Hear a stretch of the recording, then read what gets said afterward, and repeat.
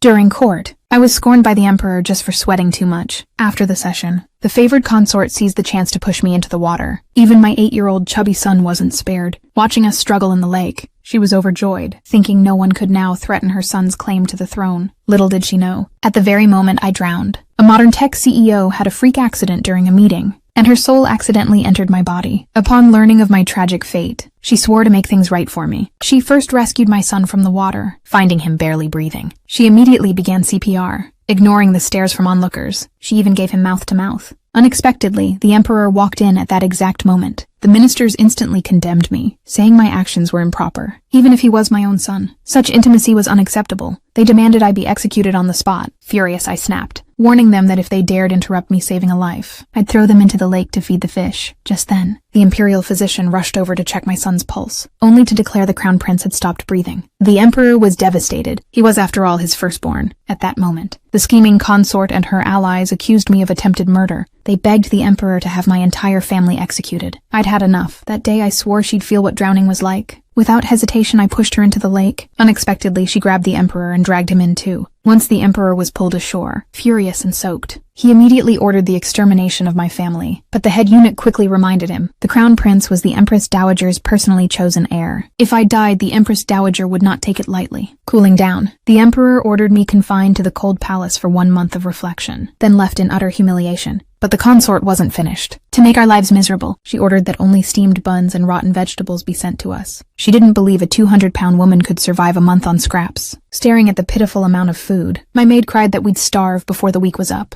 But I remained calm. I even locked the palace from the inside, to prevent the consort from sending any more food. Then I snapped my fingers into the air, and in the next second, a glowing system interface appeared in the room. My maid and son were utterly shocked. I tapped the air again, and a row of sofas materialized. I quickly redesigned the cold palace to resemble my modern apartment, to slim down in a month. I started intense workouts based on my personal trainer's program. During my free time, I made my son complete every subject from primary school to university, even forced him to master 18 foreign languages, all to prepare him for reclaiming the crown when the Empress Dowager returned. 1 month flew by, thanks to high-intensity training. My son and I had both lost weight successfully. The consort had no idea. She was certain we'd already starved to death. Today was the day the Empress Dowager returned. The consort dressed herself up carefully, then went to the palace gates to greet her. Trying to please the Empress Dowager, she had her son present a lavish gift. The Dowager was very pleased, and praised her for her excellent parenting. The consort was overjoyed, sure her son would become crown prince. But then, the Dowager asked about the elder prince.